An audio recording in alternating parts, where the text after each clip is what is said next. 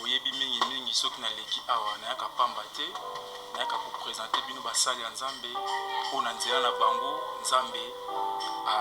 apesaka bango ainspiraka bango nini oyo bakoki koyela mpe kolobela biso lokola bagene po toyeba ndenge nini tokoki kotambola ndenge nini tokoki kovivre. Je sais que na bandako na bino bozolandanga ça fait un bout de temps bomonaka nga lisusu te malgré confinement mais epai ya nzambe confinement ezalaka te. Voilà pourquoi lelo nayambi un grand serviteur de Dieu, l'évangéliste Jires Mafuta oyo azali na ngai awa. Shalom papa. Shalom papa journaliste. Oui papa Jires, nayambi une émission na ngai awa nayebi ke esali mpenza mikolo ebele bana nzambe bazomona lisusu te. Lelo pene ezalaki mokolo oyo nzambe asepelaki mpena na yamba oyo lisusu poke opartage pensé oyo oza nango elongo na biso mpe na bana nzambe oyo bazala bandako. Pensé nini omemeli biso ndeko? Pensé oyo namemeli bagene mpe peuple de Dieu eza te moko le confinement ressuscite les vaillants, les jeunes vaillants.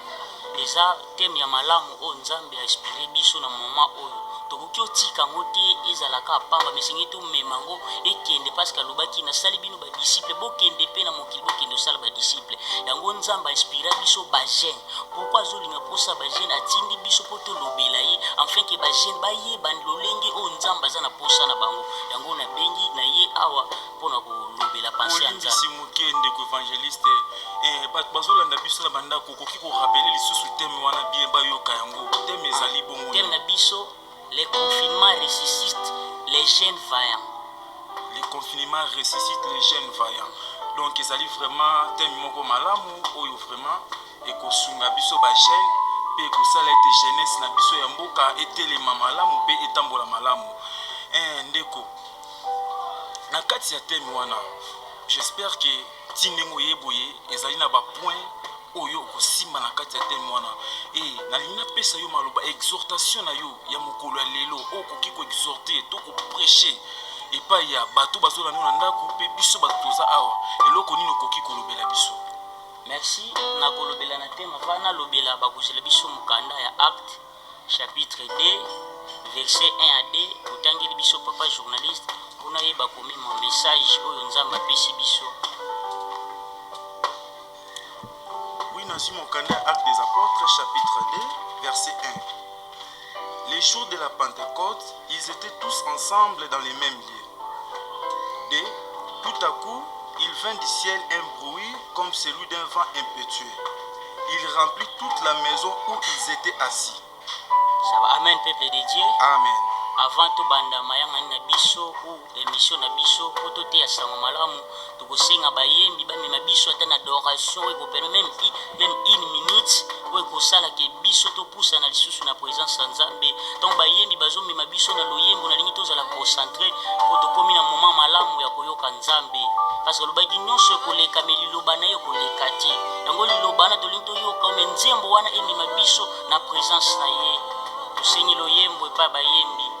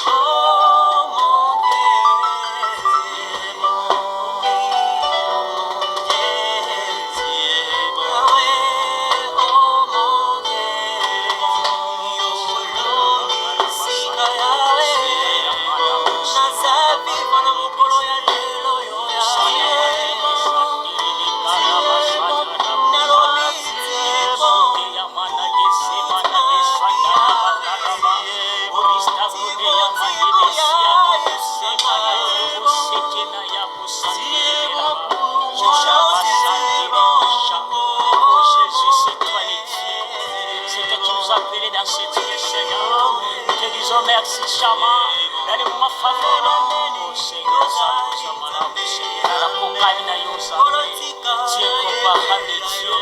tu es comparable, Seigneur, raison pour laquelle nous voulons te parler, Seigneur. Nous voulons parler à cause de toi, Jésus, parce que tu es bon, parce que tu es la personne qui nous allons présenter dans ce monde. Marabo Shaka, Marabo Sata Rabakaribela, Orabo Se, Oraba Santelela, Orabo Shaka Rabakaraba Santelela, Oraba Santelela, Oraba Shaka. Na bonde lipo na liloba, na kombo na yo Yesu Christ Nzamba Alliance. Na péché, merci Seigneur parce que tu es bon. Yo permettre que tu pousses dans la présence na yo pour na koyoka yo nzambe. Mais la Bible me dit, c'est poussé par l'Esprit de Dieu que l'homme a parlé de ta part. Seigneur, je voulais parler aussi de ta part, que tes puissances na yo et se manifester na ngonga oyo Seigneur, afin que mutunyo soit kolanda biso, mutunyo soit koyoka biso bisike zo lilobano et touché vinaye parce que ya loba kina ba pasi na bango babelela kinzambe pe nzamba tinda kililoba parce que liloba na yo e yakapona ko edifier biso liloba na yo e yakapona ko kangola biso na kombo na yo Yesu Kristo ngai na mona na te mais puissance ya onction na yo et toucher ngai afin que nazala pousser pona kolobela na peuple na yo na kombo na yo Yesu Kristo amen. Tikete nzambe apambola biso esike zwami yo mutezolanda biso tozolobelaka teme na biso oza le confinement ressuscite les jeunes vaillants eza tema malamu nzamba apesaki biso me ngai na kolobango na ndamu parce que toza na 2 jours ya action na biso ya bajeune na kolobela lelo confinement na ressuscite les jeunes yango lobi na le 17 le 18 tokozwa oyo ekozala malamu tokontinue teme na biso premièrement mpona banda koloba na kosimba oyo ezoloba mon confinement na meki mpe kodécortiquer yango selon oyo ezolobama soki tolobi confinement eza effet oyo moko ezotalisaki bato baza quelque part baza limité na place moko babakangi bango à cause eloko moko eloko wana ntango bapleriverango babengaka yango confinement ekoki oya pamba te sans que quelque chose ya mabe ezala eloko wana mabe eza nde pandémie bona moment oyo biso toza confiné parce que eza na pandémie moko oyo ezotouche monde entier yango nzambe inspiré basali na ye ke jamais biso tokoki ofanda te esingi toloba esingi toyebisa bana na nzambe oyo eza mosala ya nzambe na moment oyo pourquoi nzamba tini confinement parce que yebi vie ya ba jeune ebele zo simba te parce que moni ba jeune ebele bazo beba na pandémie o etelemi na sena mokili o zo marcher te mopo oba kufa te po ba beba te esengeli tozala confiné yango nzambe asali ke biso tozala confiné na nzila confinement akosekwisa biso parce que tango tokobima nzamba kosala oyo azali pourquoi na koki oyo tuna pandémie ni etelemi pa na vie ya ba jeune ekoki ozala ba jeune lelo bakomi bempidik na lelo bakomi omoni mwana mwasi akomi lesbienne yango peza l'un des pandémies o nzamba se confiner biso o nzamba kangi biso tozala na bandako mena koyebisa yo jeune oyo zolanda ngai message oyo eza pona yo pourquoi nzamba tina ngo parce que atali yo jeune aza na posa na yo yango esengeli ozala confiner soki obimi libanda pandémie moko ekoki okanga vi na yo oke mutu akangi vine satana koki okanga ekozala vine ekobeba yango nzamba alobi na nsima confinement azosekwisa bajene azosekwisa oke kosekwisa eza deja kozwa mutu na etape ya kufa mpe kopesa ye bomoi yo nzamba alingi apesa yo bomoi me esengeli ozala confine bisika touti otanga na acte chapitre 2 Bible ezo déterminer lolenge ba disciple bazalaka confiné. Pourquoi bazala confiné? Parce que sengeli nzambe asunga bango, esengeli nzambe apesa bango mitindo kosala parce que libanda na bango ezaki na pandémie ezaki bato mabe.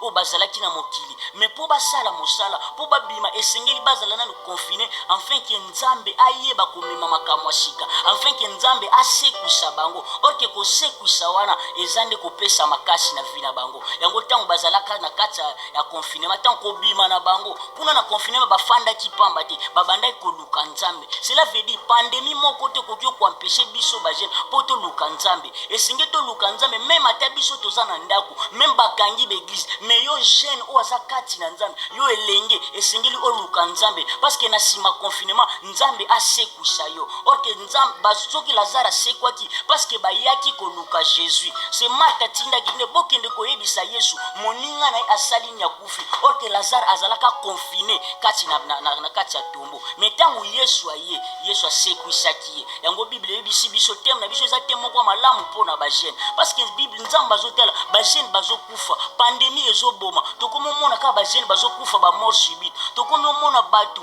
bazokende malamu te yango nzambe alobi esengeli na tinda teme oyo po peuple na ngai bazali défier na nzela basali na ngai tango bakoloba liloba wana ekangola bango yango biso toepona yo jeune ozolanda ngai esike ezwani yo esengeli tango oza confiné tango oza na problème na yo kobetela moto mokili te luka nde nzambe tango nzambe akokubelela nzambe na pasi na yo na ba problème na yo ase mombala nzambe akokangola yo problème na yo na ezomema yo na confinement parce que moto aza kobata maza na état ya faiblesse parce que faiblesse soki oza eza na vie na yo moyen okoevolue na vie eza te oke faiblesse wana ezolakisa déjà kufa cela veut dire oza kokufa bakundi yo déjà mais po osekwa esengeli oluka nzambe yango Bible ezoyebisa teme na biso ezolobisa biso le confinement résiste les jeunes vaillants nzambe apambola mosali na ye nzambe apambola parce que atindi tema malamu oyo kokangola vie na biso pourquoi nzambe aza na posa ba jeune pourquoi pas alobi ke akangola a ressusciter ba papa ba mama mais aza na posa ba jeune parce que alobaki na tango ya suka na kosopa molimbo na nga likolo ba jeune pourquoi po ba jeune basalela ye yango nzambe alobi confinement oyo ezala te sujet oyo kosoyo kosala ke ozala égaré na nzambe bana Israël komona te ke confinement ebandaka na vie na biso ebandika lelo ebandaki bandakala mais ba Egypte bana Israël bazalaka confiné kati na Egypte pourquoi bazalaka confiné le confinement na bango ezaki esclavagisme be Egypte bakangaki bango bamemaki bango po babanda kosala il y a des fois oza confiné okoti na ndako à cause ya maladie moko ekanga vie na yo jeune à cause ya problème moko ezosimba te na vie na yo mais nzamba tata na ayebisinga na simba confinement azosekuisa yo oke mutu akosekuisa eza mutu akobelela nzambe parce que batima kufaki parce que batima banda komona te azalaka confiné ya kofanda ka place moko mais moko labelela ki Jésus Yesu akangola ki yango mona ki bana Israël nzamba yebisi bango bokota na bandako c'est ça le confinement bokota na bandako mais na kati ndako apesi bango instruction ke bokofanda pamba te bokofanda pamba te Bible ezobisa biso bien baba na Israël bazwaki ayebisi bon bokoboma nyama bokozwa makila nango bokoplacer liboso bandako bon tango ngai nzambe na koya enfin ke bisika na kokuta makila na kosimba te yango nde mosala biso bazene sengeli biso te osala soki bango babomaki nyama na vino yo koboma nyama te na vino kosala boite mais sengeli nde oluka nzambe c'est ça la prière yango nde kosala ke nzambe asekuisa yo parce que nzambe apesaki bango orientation parce que bakriaki epa ya nzambe akopesa orientation jeune po ozala ressuscité na nzela ya prière tango ozosolola na nzambe tango ozobelela ye ase momala akokita po akangola yo yango Bible ezoyebisa pourquoi nzambe akokangola ka Belgique bana Israël parce que ayebaki bana Israël bazana mosala moko quelconque oye nzambe akokisa parce ayebisi Moïse na kokangola bango po bakende kosalela nga na montagne yo pe jeune nzambe atindi tem oyo pona yo parce que alobi na ta ya suka na kosopa molimbo na nga likolo ba jeune pourquoi likolo ba jeune parce que ba jeune bazawana pona kosalela nzambe parce que ba jeune bazana makasi wa kolakisa ke nzambe enfin ke bate ya sangwa malamu yango na moma suka loba na mukandani ya Joël ki na kosopa molimbo na nga likolo ba jeune bako prophétiser ba jeune bakozwa ba vision na déclarer yo jeune ozolanda ngai tikete vision nzambe ezala likolo na yo problème moko te ekanga vie na yo confinement ou même maladie pandémie et ko empêcher te pour grâce à nzambe kita pourquoi grâce à nzambe kita parce que oza ya ye parce que oza jeune oyo nzamba poni pona kosalela ye parce que oza jeune oyo nzamba poni po abimisa yo mutu munene oke vie na yo ekufaki bandakala oke vie no ezwaki ba problème ekufaki na nzela kinduma ekufaki na nzela ya buzoba ya ambiance moko bwe mena moment oyo nzamba tata nanga azosekuisa ona kombo na Yesu na déclarer banda ko sekwe sike swamiyo nyoswa vie na yo ezaki confiné na tongo na moment oyo nzamba azosekuisa ngo pa dans le nom puissant de Jésus. Recevez yango parce que yo za jeune oyo nzamba zo sala. Bible zo David azala confiné na zamba. Tala lolenge vie à David. Pourquoi biso ba jeune toko kyo mema vite à David. OK David ba tuna mokili batel ki aza utilité. Bande kone ba memi na zamba pona ko petre ba nyama na bango. Tala na zamba zaki confiné. Atel soki memba chenga na zamba na kokyo tika te. Esengeli na ko exercer. Esengeli na sala mosala ya ko bunda na bankosi parce que tango na ko bunda na bankosi ase mala na kokoma makasi ya esengeli osala mosala esengeli luka nzambe parce que tango problème koya okobelela nzambe okoloba nzamba tata na ngai nzambo na banda ko sala mosala parce que David alobi nazana makasi parce que na banda ko dévorer baru babalu na maboko tikete obanda ko dévorer pandemie telemi na fina yo parce que makasi ya nzambe kozala likolo na yo parce que makasi wane koya pamba te po obunda na Goliath ezaki peritisme ekomi na monde entier Goliath eza masumu o mokili bazosala mais po olonga masumu wana po osekwa kati ya masumu wana esengeli ozala na nzambe esengeli ozala na puissance ya nzambe yango Bible ezobisa biso na kosopa molimbo na ngai likolo na bango parce que alobaki tango molimo mosantu akoya akoloba na ntina na ye te mais akoloba na ntina na ngai Yesu pourquoi molimbo ya nzambe esengeli ezala likolo na yo pourquoi asekwisa yo parce que ayebi yo koteya sango ya malamu yango akotika yo okufa te parce que oteya sango malamu yo muto okufaki na déclaré osekwa au nom de Jésus yo muto nyonso avine okufaki na déclaré esekwa na kombo na Yesu parce que yo vina yo kokufa te parce que oza ya nzambe aussi longtemps mission ba disciple ekokisami te jamais bakoki okufa jamais bakoki ozala mosika yango ebiso bazala place moko yango moni nzambe asali ke biso tozala confiné afin que a préparer biso nzamba prépara mutu na place eza caché nzamba prépara mutu libanda ina miso batute parce que préparaki David na zamba tikete nzamba banda ko préparer au nom de Jésus parce que tango yo kobima okozala wana pona kobunda pona ye okozala wana pona koteya sangwa malamu yango alobaki c'est poussé par l'esprit de Dieu que l'homme a parlé de sa part molimo mosantu poussaki ba disciple enfin que ba loba na tina nzambe ba yambaki yango libanda te mais bazalaka confiné or que tango bazozela yango ne mosala basalaki tikete na moment oyo jeune na bondelio yozo yo kangai yozo landanga bisike zwamio na lingite ozala mosika na nzambe na lingi ozala wana pona kozela tutaku na lingi ozala wana pona kozela tutaku or que tango tutaku eyaka alobaka na tina mokili pourquoi biso senge tozala molimo wa nzambe parce que tokoloba na tina na ye parce que lobi sango libo na ngai bokosali lokote mais biso bajente wana posa kote ya sango ba ya malamu biso bajente wana posa kosalela nzambe esengeli molimo mosantu aya na fina biso pourquoi molimo mosantu akoya parce que akomemela biso biloko oyo bakapasité tozalaki na ngote ekomemela biso makambo oyo biso tokota parce que azoloba molimo na nzambe ememaka crainte ya nzambe soki pandemie ebandaki kokanga yo soki kindume ebandaki kokanga baproblème ebandaki kosima parce que ozalaki yo moko mais na bondeli yo molimo mosantu ozosimba vi na yo enfin kezala lokola médicament oyo ekobikisa pandemie ekanga bajene soki bajene ebele bazokufa na maladi wana yo kokufa te parce que molimo na nzambe eza likolo na yo parce que molimo wana eya kosekwisa yo azolobake na kosopa molimo na nga likolo cela veut dire molimo wa biso tozalaki nango ekufaki banda kala molimo na nzambe nde eya kosekwisa tikete nyonso avi na yo esekwa au nom de Jésus ya des fois ezalaki santé na yo ebebaki na déclarer onction puissance en nzambe oyo eyaki kati ya badisciple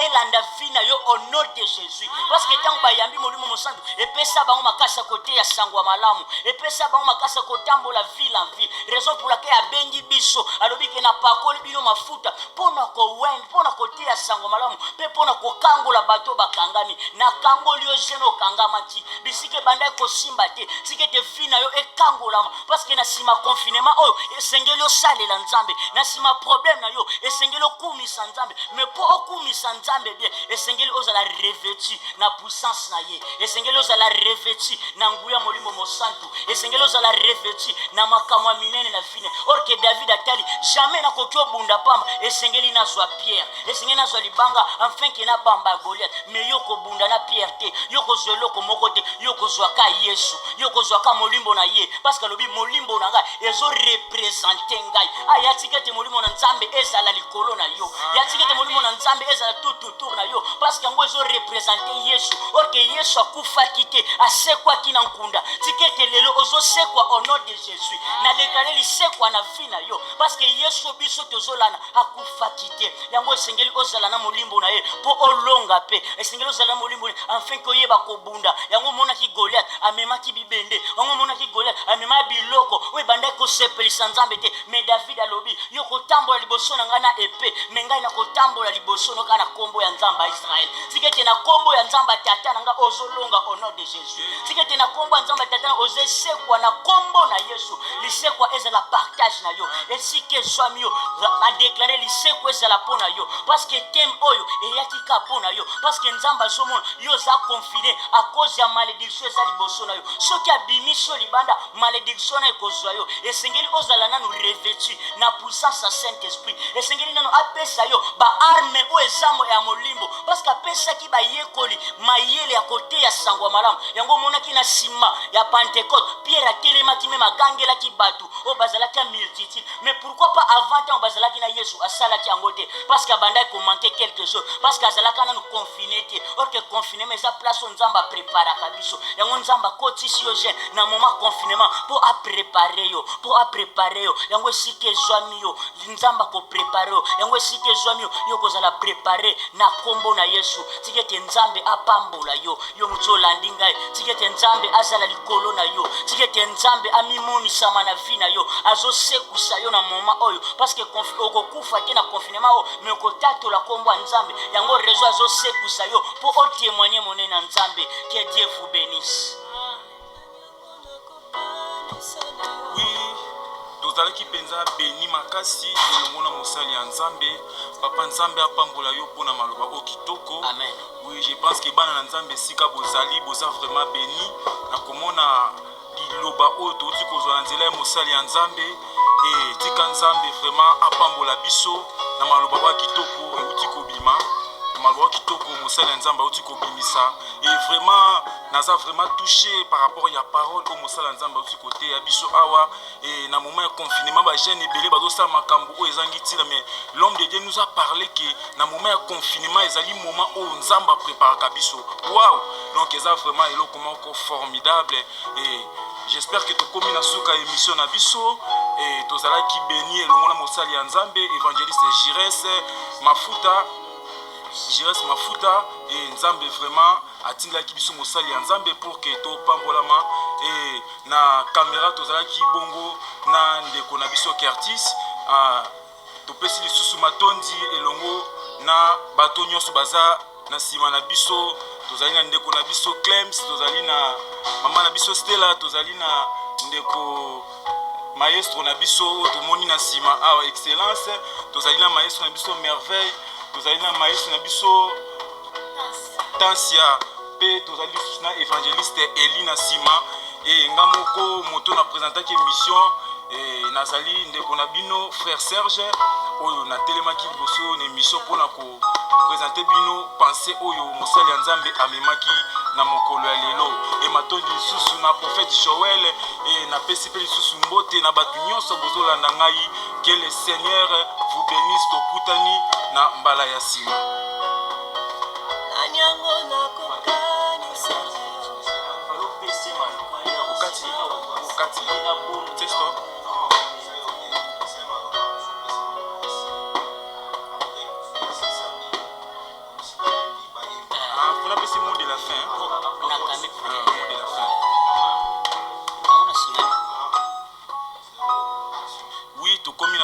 Mot de la fin pour nayo évangéliste oyebisa bana nzambe église ezali wapi pe au clôturer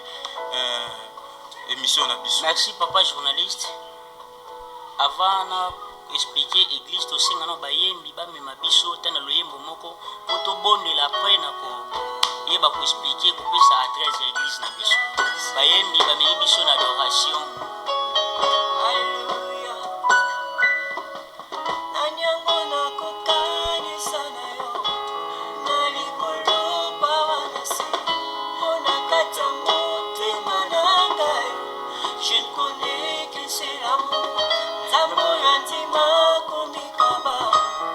Komi pesa mobi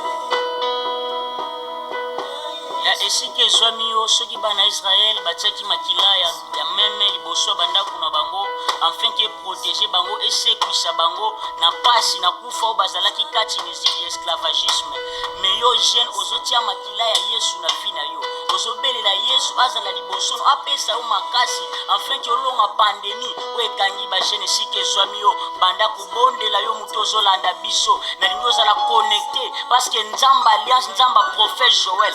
simba vie na yo na moment oyo eza moment ya visitation yango esika ezwami yo na lingi ozala connecté na lingi ozala connecté Seigneur afin que puissance ya Nzambe ebanda kotouche yo parce que vie na yo ekufaki parce que yo ozalaka confiné na nkunda oyo ya ba problème ya pasi ya kinduma ya mabe mais na moment oyo ozolanda biso banda kobondela ozoyebisa Nzambe amema makasi ekosekwisa yo abanda kosekwisa yo na moment oyo parce que ba disciple asekwisaki bango na nzela komema molimbo wa Nzambe na fina bango ya banda kobondela esika ezwami yo ya banda kobondela esika ezwami yo ozoyebisa Nzambe asopa molimbo na ye parce que alobaki na kosopa molimbo likolo ba jeune afin que bazwa ba vision parce que vision eza mutu a vivre en avance banda koyebisa Nzambe a répandre mon esprit na ye banda koyebisa Nzambe asala na vie na yo ozala jeune makasi ozala jeune oyo kozala malamu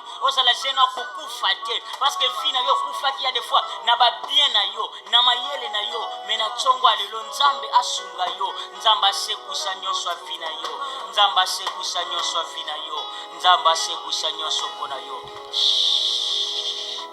na kombo ya Nzambe alliance Nzamba prophète Joël Nzambe atinda ngai Nzambe abenga tata na ngai yawe zana nzela na yo pesa biso message olobaki liloba na yo eyaka pamba te sanke kotika ba trace Seigneur na déclarer na vie ya bana na yo na déclarer na vie ya ba jeune o baza confiné pona kozela yo Nzamba aliasike te puissance na yo ezala likolo na bango na kombo na yo Yesu orke bana Israël o confinaki bango te ka pamba te po kotisaki bango po basala mosala parce que liboso fa basala ki miracle et simba kité mais na nzela kozala confiné na ndako tango yo koleka enfin ke bazala délivrer na kombo na yo Nzamba alliance mutu nyonso azolanda nga o aza confiné à cause ya problème moko à cause eloko moko Nzambe kangola epa le nom puissant de Jésus ko kangola wana ngonde lisekwa bazala basekwa au nom de Jésus pe bazala béni ba oyo mbongo kufaki ba o ba relation kufaki ba o ba jeune mayele silaki